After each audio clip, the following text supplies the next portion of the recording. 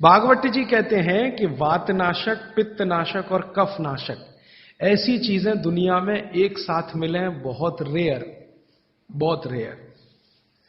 वो कहते हैं कि बहुत चीजें दुनिया में हैं, कोई वात का नाश करेगा, कोई पित्त का, कोई कफ का, लेकिन कोई ऐसी चीजें भी अपने रसोई में हैं जो तीनों को नाश कर सकते हैं।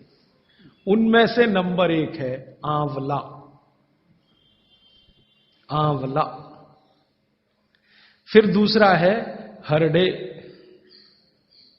और तीसरा है बहेड़ा और तीनों मिला के बनता है त्रिफला। ये जो त्रिफला है ना, भागवत जी इसकी इतनी बढ़ाई करते हैं, इतनी प्रशंसा उन्होंने लिखी है कि खाली त्रिफला पर ही उनके 120 से ज्यादा सूत्र हैं। 120 से ज्यादा अकेले त्रिफला पर। त्रिफला को इसके साथ खाओ, त्रिफला को उसके साथ खाओ, त्रिफला को ऐसे खाओ, त्रिफला को 120 से ज्यादा सूत्र है अकेले त्रिफला पर। और वो ये कहते हैं कि ये जो त्रिफला है इसमें सबसे अच्छा फल आंवला, फिर बहेड़ा, फिर हरडे। ये सबसे दुनिया में अद्भुत चीज है। लेकिन इसकी मात्रा के बारे में उन्होंने जो कहा है वो ध्यान रखिए।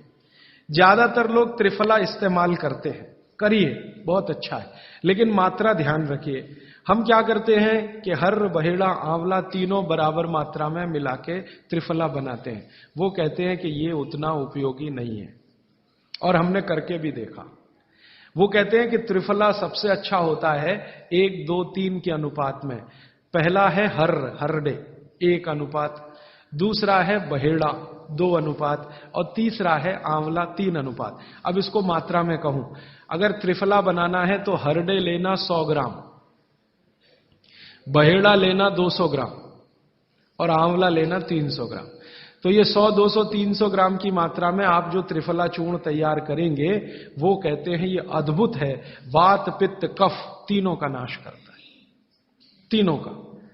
अब वात, पित्त, कफ तीनों से आप अगर ग्रसित हैं तो आप त्रिफला जरूर लीजिए।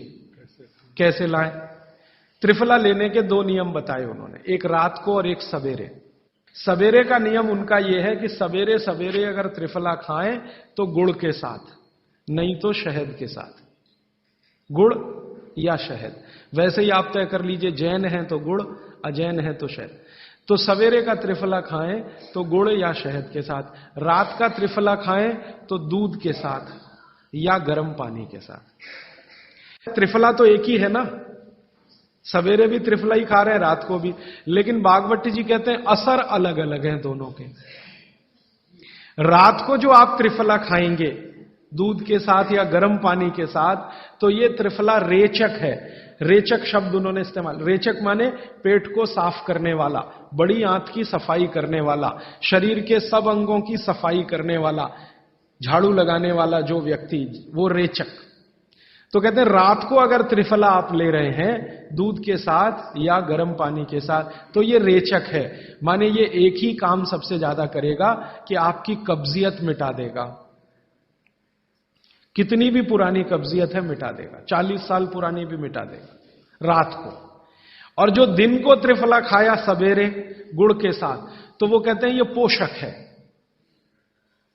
एक शब्द है रेचक और एक है पोषक। पोषक माने शरीर को जो कुछ चाहिए, विटामिन सी चाहिए, विटामिन ए चाहिए, विटामिन डी चाहिए, या विटामिन के चाहिए, या कोई विटामिन चाहिए, या हमें माइक्रो न्यूट्रिएंट्स चाहिए शरीर को, कैल्शियम चाहिए, आयरन चाहिए, वगैरह वगैरह। तो शरीर को अगर पोषकता चाहिए तो त्रिफला सवेरे खाना, और शरीर में आप मानते हैं कि हमारी कब्जियत ठीक करने के लिए, तो त्रिफला रात को खाना। दोनों समय के त्रिफले में बिल्कुल अलग तरह के परिणाम आते हैं। तो जो कहें हम तो स्वस्थ हैं जी, तो सवेरे ही त्रिफला खाओ, स्वस्थ हैं तो। और जो कुछ बीमारियां हैं आपको, तो रात को खाओ। ठीक है? मात्रा ध्यान रखना, 1, 2, 3 सम मात्रा का त्रिफला बहुत रेयर केस में इस्तेमाल होता है। 1 या 2 ही बीमारी हैं। अभी मैंने एक जगह इस्तेमाल किया था, एक वैज्ञानिक हैं, भाभा एटॉमिक रिसर्च सेंटर में काम करते हैं, उनको एक बीमारी हुई रेडिएशन से। रेडिएशन आप जानते हैं सभी एटॉमिक सेंटर में। तो उनका पूरा शरीर सड़ गया, एकदम सड़ गया, जगह जगह घाव, जगह जगह, और उसमें से खून निकलता, मवाद निकलता। वो बेचारे इतने परेशान, इतने हैरान, कहां कहां जा जाके, अमेरिका, कनाडा, सब जगह कुछ इलाज हुआ नहीं, कोई रिलीफ मिला नहीं। कपड़ा भी नहीं पहन सकते, ऐसी स्थिति थी, हमेशा नंगे बदन रहते थे।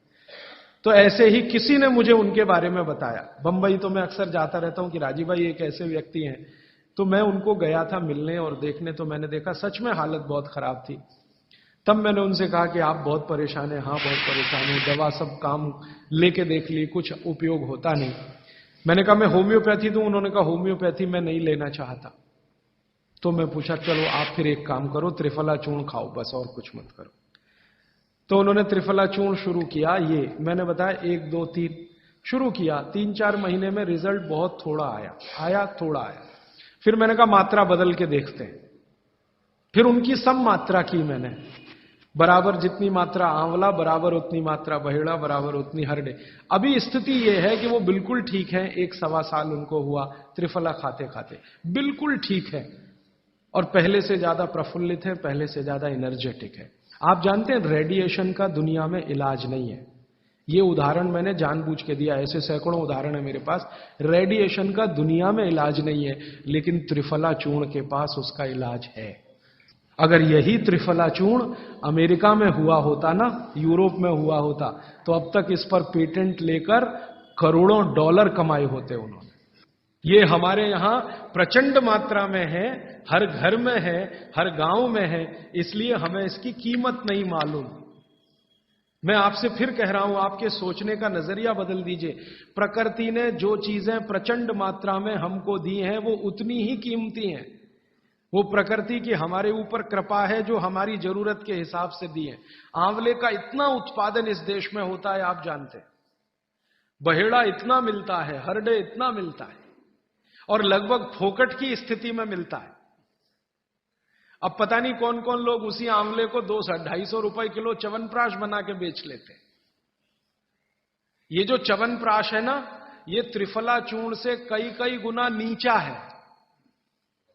च्यवनप्राश पे जितना खर्चा कर रहे हैं, उससे बहुत कम खर्चे में आप त्रिफला खाइए, च्यवनप्राश से भी ज्यादा असर है। तो मेरी आपको आज के लिए ये आखिरी सूत्र थी कि आप अपने जीवन में वात, पित्त, कफ तीनों को सम रखना चाहते हैं, तो आंवला, हरडे, बहेड़ा, हरडे, बहेड़ा, आंवला, इन तीनों का उपयोग करना सीख लीजिए। घर में हमेशा इसको डब्बे में बना के पाउडर के रूप में रख लीजिए।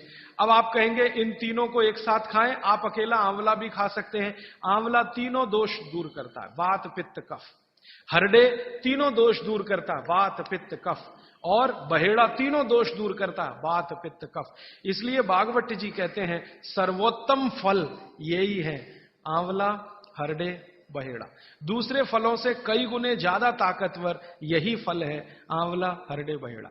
अब आपको आखिरी एक छोटी सी बात कह दूं कि आप में से किसी को भी यह तकलीफ है कि आपके शरीर में मेद बढ़ा हुआ है, मेद माने मांस बढ़ा हुआ है, बहुत लोग परेशान है, मोटापा, मोटापा, मेद माने कफ बढ़ा हुआ है, सीधी सी बात, तो आप त्रिफला खाइए। कब खाना है? आपको रात को नहीं खाना है, सवेरे खाना है। जिनको भी मांस बढ़ा है शरीर पर, मेद बढ़ा है, उनको अगर छाटना है, इसको कम करना है, तो त्रिफला सवेरे खाना, आंवला सवेरे खाना। आप त्रिफला नहीं खा सकते तो आंवला ही खा लीजिए।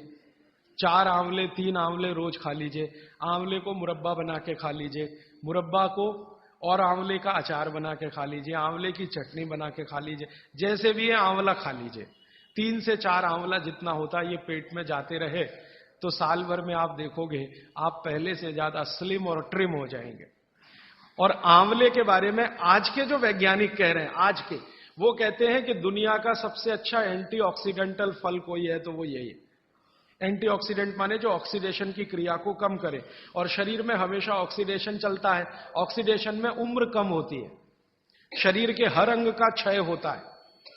तो अगर उम्र बढ़ानी है और अंगों का क्षय बचाना है, तो आंवले से अच्छी कोई चीज नहीं। दैनिक जीवन में, भोजन में इसको जरूर धारण करिए। भागवत जी कहते हैं कि जब त्रिफला खाएं, आंवले के बारे में तो वो कुछ नहीं कहते, वो कहते हैं साल भर खाओ, 2 साल खाओ, रोज खाओ, कोई दिक्कत। त्रिफला खाएं तो 3 महीने लगातार खाने के बाद थोड़े दिन छोड़ देना। 3 महीने, 3 महीने 90 दिन खा के थोड़े दिन छोड़ देना, माने 15-20 दिन छोड़ देना, फिर अगले 3 महीने खा लेना, फिर 15-20 दिन छोड़ देना, फिर 3 महीने खा लेना। क्यों कर लेना ऐसा? वो कहते हैं कि ये छोड़ना जरूरी है बीच में, नहीं तो शरीर को आदत लग जाती है।